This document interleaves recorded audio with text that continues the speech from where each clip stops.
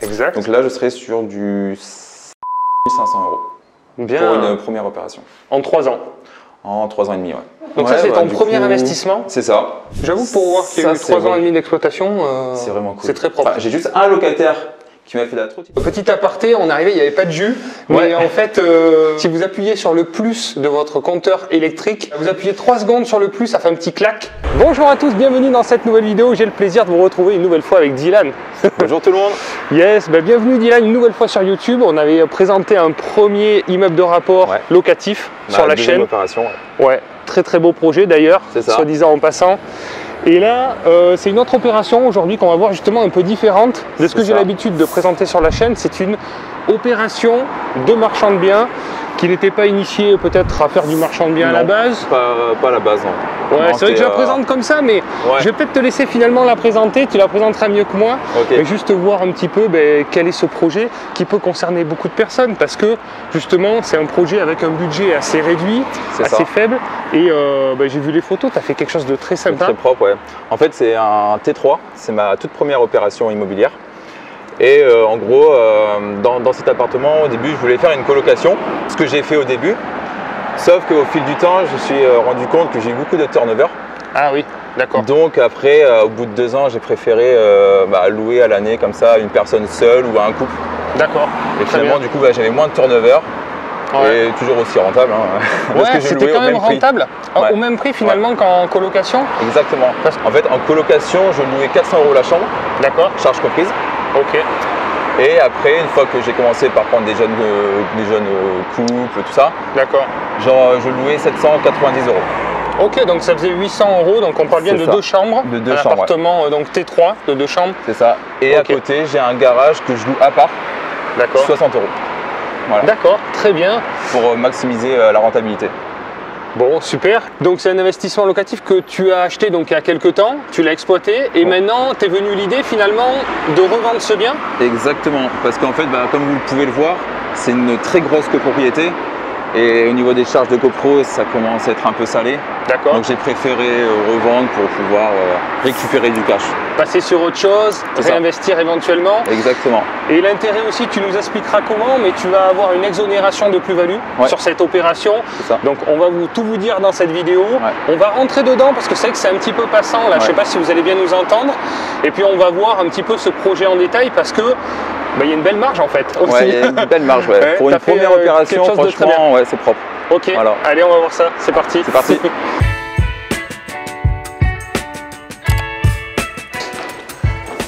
Bon, alors tu me dis des charges faibles, mais je vois pas d'ascenseur. En fait, il y a cette résidence-là. Ouais. Et derrière, tu as un grand immeuble. Et là, il y a un ascenseur. D'accord. Et toi, tu payes des charges d'ascenseur? En fait, je crois, ouais. Ok. Ça, c'est vrai que ça dépend des copropriétés, comment c'est géré. Parce que, tout le monde... Il y en a qui mettent tout ensemble et il y en a qui proratisent en fonction, finalement, de l'utilisation de l'ascenseur. Là, c'est tout ensemble, là. Okay. Même pour les travaux, tout ça. Donc, c'est ici. Nickel. Je vais allumer le couloir. Bien. Bon, alors, tu m'as envoyé tout le dossier. Je t'avoue que j'ai pas regardé exprès pour découvrir ensemble. Ouais. Donc là, à la base, il y avait des cloisons ici. D'accord. Ici. Donc là, j'ai décidé de tout casser. Oui. Pour que ce soit un peu aéré. Tout à fait. Ouais, ça rend bien. Lumineux aussi. Carrément. Ce mur-là, je pouvais pas le casser parce qu'il y avait le chauffage collectif. Ah oui. Derrière. D'accord. Donc du coup, j'ai préféré optimiser et mettre une verrière. Ouais, très bien. Ouais, ça permet de laisser passer la lumière. Et puis faire une grande pièce ouverte, plus aérée avec lumière traversante pour le coup. Ça. Bon là il fait pas beau donc on peut pas trop voir le potentiel, mais très bien, sympa. Donc là tu as vraiment tout refait dans cet appart, c'était vraiment à l'ancienne. Du coup ma première opération, j'avais aucune notion dans les travaux. D'accord. Et donc du coup j'ai regardé un peu des vidéos sur internet, sur YouTube, tout ça. Et j'ai un pote à moi aussi qui m'a aidé, et qui s'y connaissait un peu en travaux, donc du coup il m'a appris. Super, d'accord. Donc vous avez tout fait vous-même, vous avez payé les matériaux, c'est ça. Vous avez tout fait vous-même. Sauf l'électricité et la plomberie. Ok, D'accord. Parce que ça, je sais pas y faire. Ouais, comme ça, c'est des postes où tu peux avoir les garanties en plus. J'ai les garanties décennales, voilà. Ouais, tout à fait. Donc allez, on va donner quand même vite fait quelques chiffres. Après, tu nous fais faire le tour, on détaille un peu tout le projet. Mais pour mettre l'eau à la bouche aux investisseurs, quel est le coût d'acquisition de ce projet? Alors, le montant investi dans les travaux? L'appartement, il m'a coûté 53 000 euros. Ouais, c'est vraiment pas cher. Pour un appartement de 70 mètres carrés à peu près? 64 mètres carrés. Ok. Je l'ai acheté en janvier 2021. D'accord. Donc du coup, le marché n'était pas très élevé à cette époque encore. Ça allait. Et ensuite, tu rajoutes 3 500 euros de frais d'agence. D'accord. 5 000 euros de frais de notaire. Ouais. Et en tout, avec les travaux et les meubles, j'en ai eu pour 11 500. Donc ça fait un projet environ à 73 000 euros. D'accord. Et après, sur la partie travaux aussi? Oui, 11 500 euros, travaux et meubles. Ah, travaux et meubles compris. Ouais. D'accord, ok. Ouais. Ah ouais, effectivement. Donc là, ça a été vraiment bien optimisé sur la partie travaux. Bah, j'ai tout fait à part l'électricité et la plomberie, quoi. Donc appartement rénové, ça fait 1 000 euros le mètre carré en tout, avec l'acquisition comprise. Sur des prix au mètre carré où on est dans une ville moyenne, voilà, moins de 100 000 habitants en Nouvelle-Aquitaine. Et sur ce secteur, on est plutôt aux alentours des 1 800 euros en moyenne, des prix au mètre carré, en 1 600, 1 800. Ouais. Et donc là, tu viens décider de le mettre en vente. Et à quel prix tu as signé? Alors du coup, moi, j'avais mis en vente à 120 000 euros. Ok. Sauf que l'acheteur me l'a négocié à 110 000. D'accord. Et en fait, j'ai voulu l'acheter très vite. Ouais. Parce que, comme tu as pu le voir, en face, il y a une boîte de nuit. Exactement, ouais, c'est vrai qu'il y a un emplacement aussi. Ça peut freiner quelques acheteurs, pardon. Bien sûr. Et les charges de copro aussi qui sont élevées. Donc, c'est pour ça que j'ai préféré le vendre à 1 700 le mètre carré, quoi, environ. Ouais, c'est très bien, c'est très bien. Ouais. Donc, ça fait 110 000 et donc ta plus-value potentielle avant fiscalité, mais on expliquera après. Juste plus la tard. Plus-value, pour l'instant, je suis à 37 000 euros. Donc plus-value 37 000 euros, c'est ça, de plus-value potentielle sur cet appart. C'est ça, que je pourrais réinjecter dans ma résidence principale. Dans un autre projet, et c'est ce qui permet d'éviter justement la plus-value sur la vente de ce bien-là. Donc ça, c'est quelque chose à savoir aussi, pour ceux qui ne savent pas. Quand on s'engage et à réinjecter le fruit de cette plus-value dans l'acquisition d'une résidence principale, dans les 5 ans de mémoire, 4 ans je crois. 4 ans, et que vous n'avez pas été propriétaire de votre résidence principale sur les 2-3 dernières années, je ne veux pas dire de bêtises, mais grosso modo c'est 4 ans ça je crois. 4 ans 4 ans, ouais. Et moi vu que je n'ai pas été propriétaire. Voilà. Ça vous permet d'être exonéré sur la plus-value de votre investissement locatif ou de votre résidence secondaire. Ça c'est bon à savoir et ça permet de conserver justement ce bénéfice. Ce cash. Ouais, tout à fait. Pour d'autres projets, entre autres une future résidence principale. C'est ça que là je suis en train de rechercher. Excellent. Du coup, très bien. Du coup, je compte acheter ma future résidence principale. Ouais. Faire des travaux, y vivre pendant 6 mois, voire 1 an, et ensuite revendre et récupérer le cash. Parce que pour l'instant, on n'a pas. Alors, dans le projet de loi de finances, effectivement, il était sujet d'avoir une durée de conservation pour l'exonération de la plus-value sur la résidence principale. Pour l'instant, il n'y a pas de durée. Il suffit que ce soit votre résidence principale. C'est à l'appréciation de l'administration fiscale. Ça peut être 6 mois, ça peut être 1 an, 2 ans. Mais à partir du moment où vous y vivez réellement pendant, on va dire, plus d'1 année, vous avez des factures de consommation et que vous pouvez prouver que vous y vivez réellement, a priori, il n'y a pas de souci pour l'instant. Mais effectivement, dans le projet de loi de finances, il était question d'avoir une durée minimum de détention de 5 ans pour avoir l'exonération de plus-value. C'est ça. Mais bon, pour l'instant, c'est pas fait. On va se dépêcher.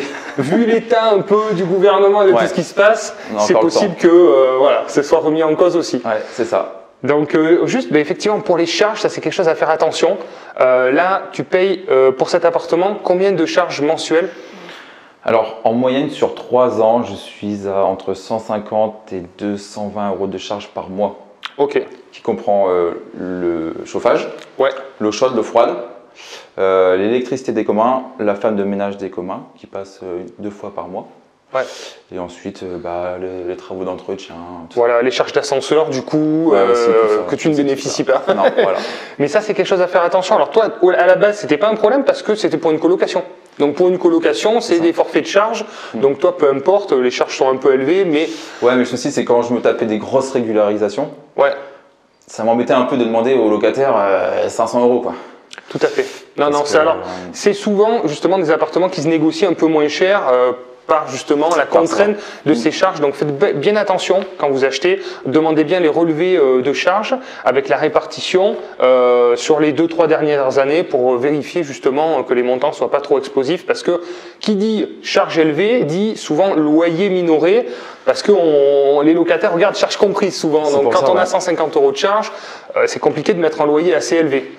Voilà, donc bon, c'est très bien, c'est des belles résidences en général, mais il faut que, voilà, ce petit inconvénient. Il y a la boîte de nuit aussi en face. La boîte de nuit. Mais bon, ça je le savais en achetant. Ouais, tout à fait.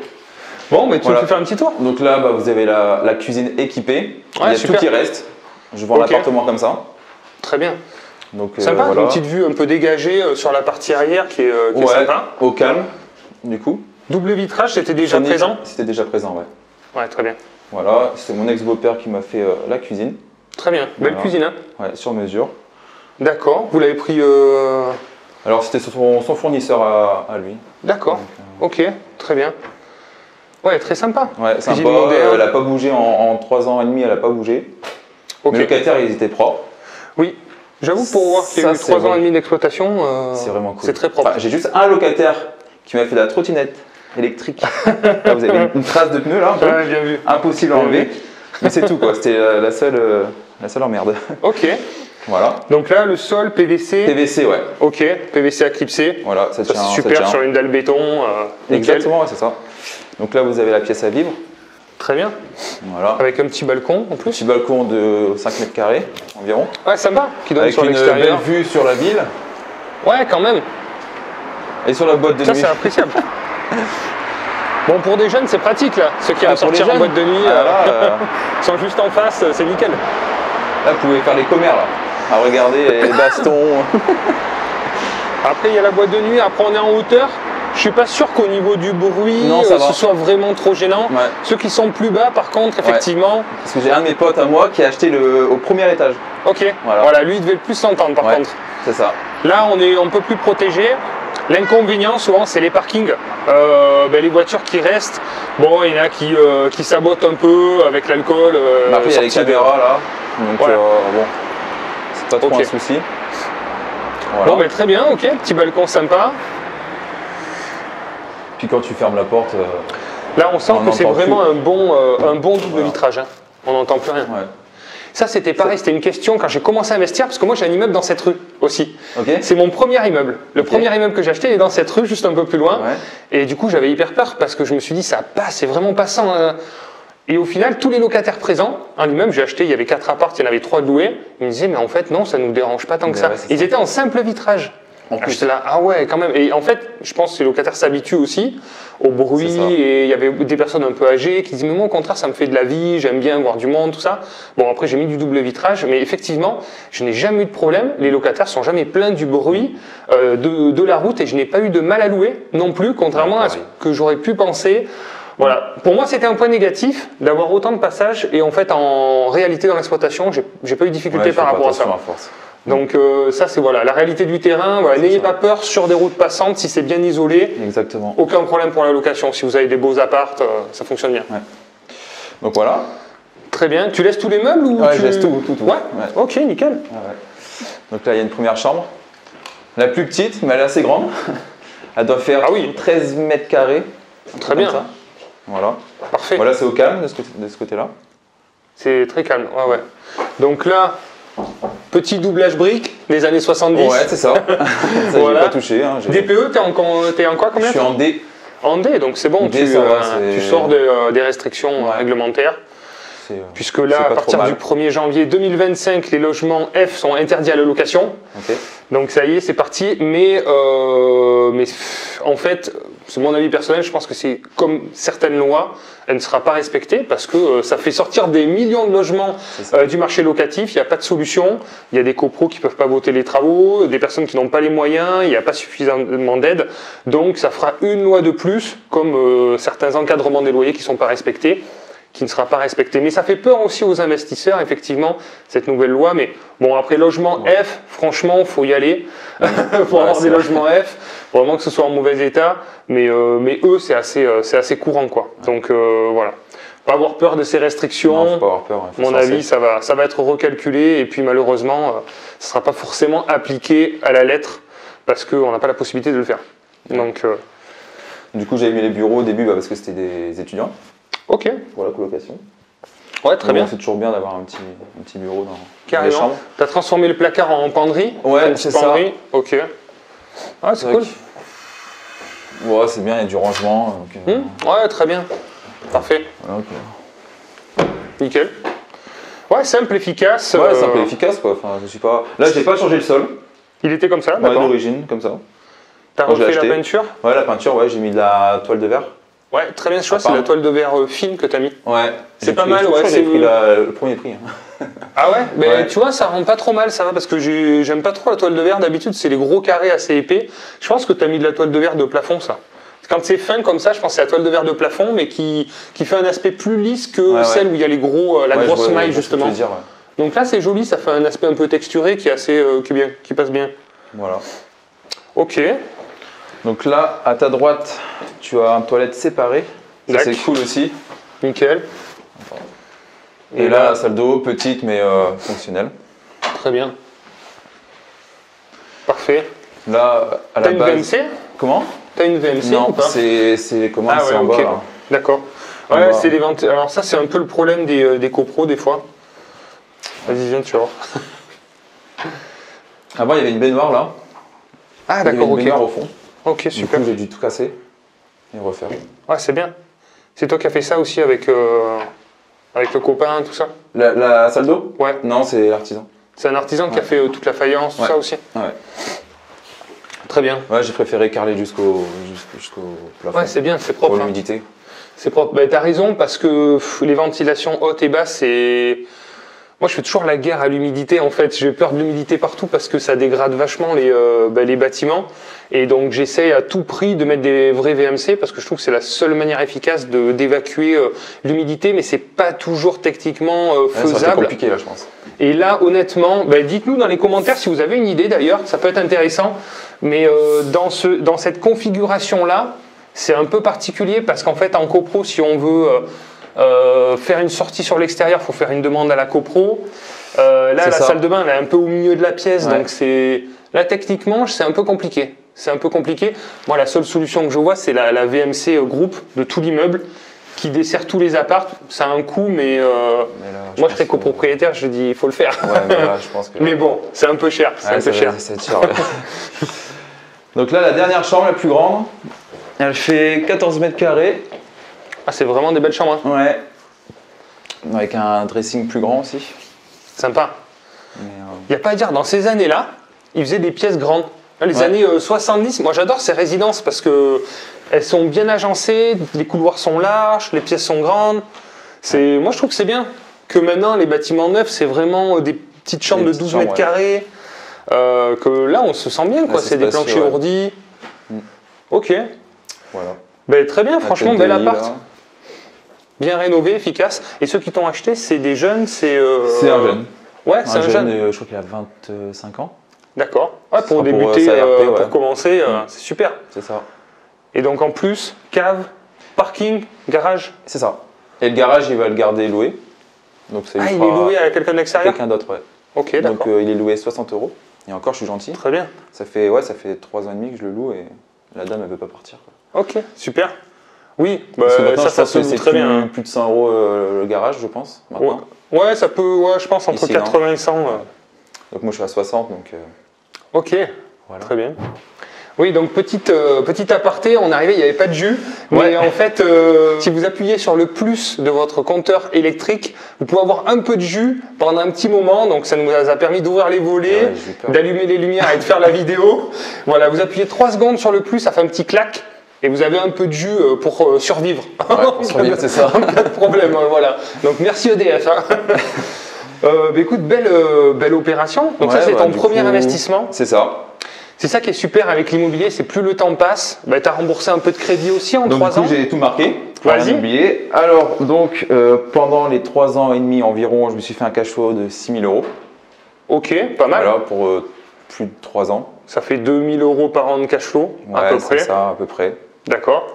Ensuite, il y a la capitalisation du crédit. Voilà, le remboursement du prêt. Le remboursement, donc du coup là je suis à 7 500 €. Très bien, ok, on est à 13 000. C'est ça. Plus du coup la plus-value. Exact. de 37 000. Exact. Donc là, je serai sur du 50 500 euros Bien. pour une première opération. En 3 ans. En 3 ans et demi, ouais.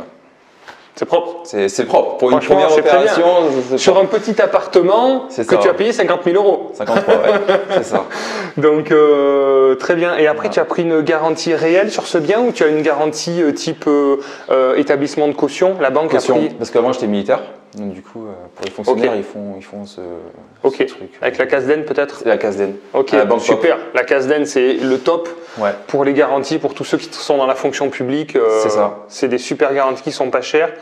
Et donc, dans ce cadre-là, dans certains cas, on peut conserver l'argent. C'est-à-dire que le notaire verse l'argent au propriétaire et le propriétaire est censé informer la banque de la vente de l'appartement. Et après, certains propriétaires oublient ou pas d'informer la banque et conservent la somme pour faire d'autres opérations. Disons que voilà, il n'y a pas de conseil par rapport à ça. Il y a certaines banques qui sont assez souples avec le système à partir du moment où le crédit est remboursé. Et puis il y en a d'autres qui préféreraient bien sûr être informés dans tous les cas de cette situation et qui vont peut-être demander à rembourser le prêt. Mais c'est vrai que la question peut se poser actuellement avec des taux qui étaient sûrement très bas à l'époque. Bah là du coup j'ai eu du 24 ans plus 1 an de différé partiel. Donc du coup je payais les intérêts et l'assurance. Et le taux 1,5. Ouais, donc forcément, là aujourd'hui, on est sur des taux à 3,5. Ouais. Donc ça donne envie de garder le prêt et de demander la transférabilité éventuellement du prêt en attendant que tu retrouves ta résidence principale. Alors, les banques, c'est pas forcément leur intérêt en général. Hein. Ça, c'est tout ce qui est théorique et après, il y a la pratique et il y a la réalité. En réalité, c'est rarement faisable, mais ça coûte rien de le demander ou pour certains, de prendre le risque de ne rien dire et que la banque demande à être remboursée. Voilà, surtout garder l'argent. Si la banque vous le demande, il faut l'avoir, quoi. C'est ça, c'est ce que je voulais faire au début, moi. Ouais. Mais je me suis dit, le temps que je trouve un futur RP, je vais payer du crédit. Aussi. Donc c'est un calcul à faire, quoi. Ouais, tout à fait. Ça dépend de chacun. Si on rebondit de suite, toi, c'est pour racheter une résidence principale, c'est pas pour racheter du locatif. Donc, donc je pense que ma prochaine stratégie, ça serait de racheter ma résidence principale, faire un crédit, mais essayer d'avoir un différé d'1 an. Comme ça, pendant 1 an, je ne paye pas de crédit. Et après, je revends mon appartement et je n'aurai pas payé de crédit. Tout à fait. Exactement. Refaire une plus-value sur la résidence principale et être exonéré. Très, très bonne stratégie. Donc voilà. Moi, je trouve que la résidence principale, alors, je ne vais pas dire que je suis entre les deux. Il y en a qui disent que c'est un passif, il y en a qui disent que c'est un actif. Moi, je trouve qu'on en a besoin. Donc, on ne peut pas dire que ce soit vraiment un passif, mais on ne peut pas dire que ce soit vraiment un actif non plus parce que ça ne rapporte rien. Mais je trouve que c'est quand même une charge d'avoir un crédit sur sa résidence principale. Et si vous pouvez bénéficier des plus-values que vous pouvez faire sur des résidences secondaires, des investissements locatifs ou des résidences principales pour vous désendetter le plus vite possible de votre RP, franchement, je trouve ça super parce que moins vous allez avoir de charges et plus de notre côté, vous allez avoir des revenus complémentaires, locatifs ou autres, plus vous allez être psychologiquement libre et plus votre taux d'endettement va baisser et plus la banque vous prêtera. Donc moi, je serais tenté de dire, désendettez-vous le plus vite possible de votre résidence principale en faisant des opérations comme ça, et multipliez surtout vos investissements locatifs aussi en parallèle. Ouais. Très bien. Voilà. Écoute, belle opération, merci pour cette visite. Franchement, un projet qui est assez simple en fait. Simple à aboutir. Hein. C'est ça. Parce qu'en fait, c'est vrai qu'on voit beaucoup la tendance des marchands de biens. C'est pour ça que j'ai introduit la vidéo. Je pensais que c'était vraiment du marchand de biens pur au départ, alors pas du tout. Mais il y a beaucoup de personnes qui se lancent dans le marchand de biens. Donc faites attention, faites des opérations simples. Comme on le voit là, il y a eu une très belle opération, assez facile à aborder. Tu as donné de la valeur, tu as fait des travaux, tu as mis de l'énergie toi aussi dans le projet. Mais faites attention, c'est un métier qui est quand même très réglementé avec beaucoup de responsabilités et donc voilà, ne faites pas tout et n'importe quoi, faites attention à ce que vous faites. Et pour ceux qui souhaitent être accompagnés avec des opérations de marchand de biens, bien sûr qu'avec Projet Locatif, on a l'habitude d'accompagner aussi les marchands de biens dans leurs opérations pour faire l'opération, pour trouver le bien et également pour la revente puisqu'on travaille également en mandat de vente avec tous les conseillers en France et on travaille avec beaucoup de marchands de biens qui nous font confiance, qui nous font des produits sur mesure pour les investisseurs et donc on est ravis aussi d'étoffer notre équipe avec des marchands de biens qui ont envie de travailler avec des personnes comme Projet Locatif qui ont des investisseurs qui souhaitent passer à l'action et je trouve que tout le monde y a son intérêt, tout le monde peut gagner à tous les niveaux et faire des belles opérations. Bah, du coup, je te propose qu'on aille voir le fameux garage et comme ça, on aura fait le tour complet. Exactement. Allez, c'est parti. Yes.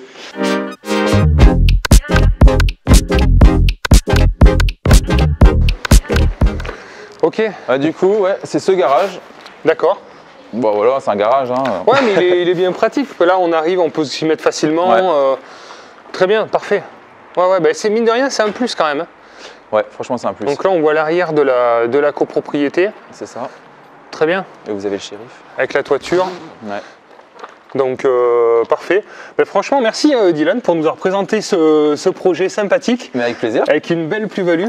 Mais ça me fait penser à mon premier appart que j'ai acheté. J'avais acheté 2 T2 et au bout d'un an, j'en ai revendu un presque le prix des deux. J'en avais acheté 2 pour 100 000 euros et on avait pris un crédit de 70 000. On avait mis tout notre apport, j'avais mis mes 30 000 euros et au bout d'un an, j'en avais vendu un 70 000 euros. J'avais plus de crédit, je me suis retrouvé avec un appart payé, un T2 payé. Et là, je vous avoue que dans ma tête, ça a fait tilt. C'est ça, ouais. Je me suis dit, il y a vraiment quelque chose à faire dans l'immobilier quand on fait les choses correctement. Comme ça, on peut faire des trucs vraiment sympas et accessibles à tous les niveaux. Accessible. Voilà. Vraiment accessible. Yes. Faut avoir les connaissances, c'est tout.